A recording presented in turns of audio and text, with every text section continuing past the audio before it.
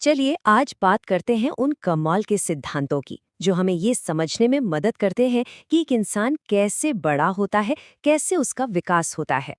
तो सबसे पहला और सबसे बड़ा सवाल यही है, एक छोटा सा असहाय बच्चा कैसे एक समझदार जटिल वयस्क बन जाता है। सदियों से लोग इस सवाल का जवाब ढूंढ रहे हैं। तो आज हम किन किन पड़ावों से गुजरेंगे। हम विकास की यात्रा को समझेंगे, फिर शारीरिक, मानसिक, सामाजिक, भावनात्मक और नैतिक विकास पर बात करेंगे, और आखिर में इन सभी सिद्धांतों को एक साथ देखेंगे। तो ठीक है, शुरू करते हैं।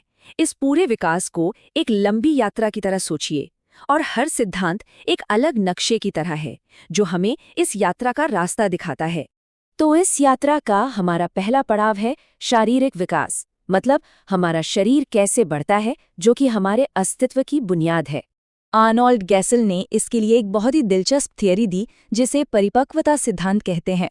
उनका मानना था कि हमारा विकास पहले से ही तय है, मतलब हमारे जीन्स में इसका पूरा प्लान लिखा हुआ है। ये सब कुछ अपने आप एक प्राकृतिक क्रम में होता है, ठीक वैसे ही जैसे कोई बीज अपने समय पर एक फूल बन जाता है। और ये जो शारीरिक विकास है ना, इसके दो बड़े मजेदार सिद्धांत हैं। पहला है सिफालोकॉर्डल, जिसका सीधा सा मतलब है कि विकास सिर से शुरू होकर पैरों तक जाता है।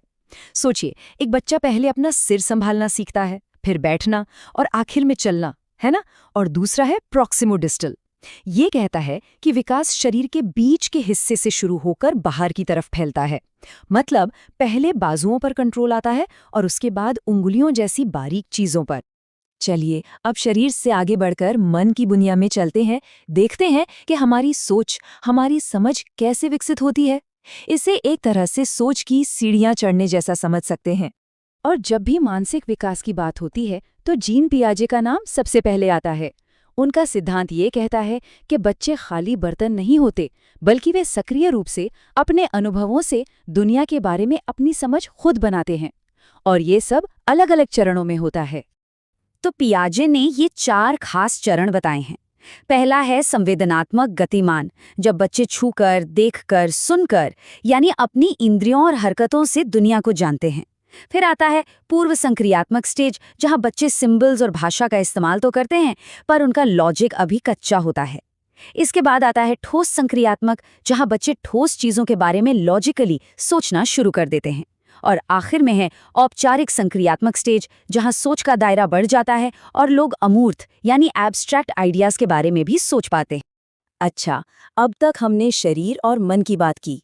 अब चलते हैं हमारी भावनाओं और रिश्तों की जटिल दुनिया में। ये समझना भी बहुत जरूरी है कि हम सामाजिक और भावनात्मक रूप से कैसे विकसित होते हैं। इस मामले में एरिक एरिक्सन का काम बहुत महत्वपूर्ण है। उन्होंने हमारी पूरी जिंदगी को एक भावनात्मक यात्रा के तौर पर देखा, जहां हर पड़ाव पर हमें कुछ मनोसामाजिक चुनौतियों का सामना करना पड़ता है। जैसे यहाँ पर 2 उदाहरण हैं। एक है आत्मविश्वास बनाम हीनता। ये वो स्टेज है जब बच्चे स्कूल जाते हैं, नई नई चीजें सीखते हैं। अगर वो कामयाब होते हैं तो उनमें आत्मविश्वास आता है, नहीं तो वो खुद को दूसरों से कम समझने लगते हैं। दूसरा है पहचान बनाम भूमिका भ्रम, जो किशोरावस्था में होता है। इस दौर में सवाल उठता है, मैं कौन हूं? अगर इसका जवाब मिल जाए तो पहचान बनती है, वरना कंफ्यूजन रहता है। अब आते हैं लेव विगोत्स्की पर। उनका नजरिया थोड़ा अलग था। उन्होंने इस बात पर बहुत जोर दिया कि हमारा विकास अकेले में नहीं होता, बल्कि हमारा समाज, हमारी संस्कृति, हमारे आसपास के लोग इसमें बहुत बड़ी भूमिका निभाते हैं। उनकी एक बहुत ही मजेदार थ्योरी है जोन ऑफ प्रॉक्सिमल डेवलपमेंट, या ZPD।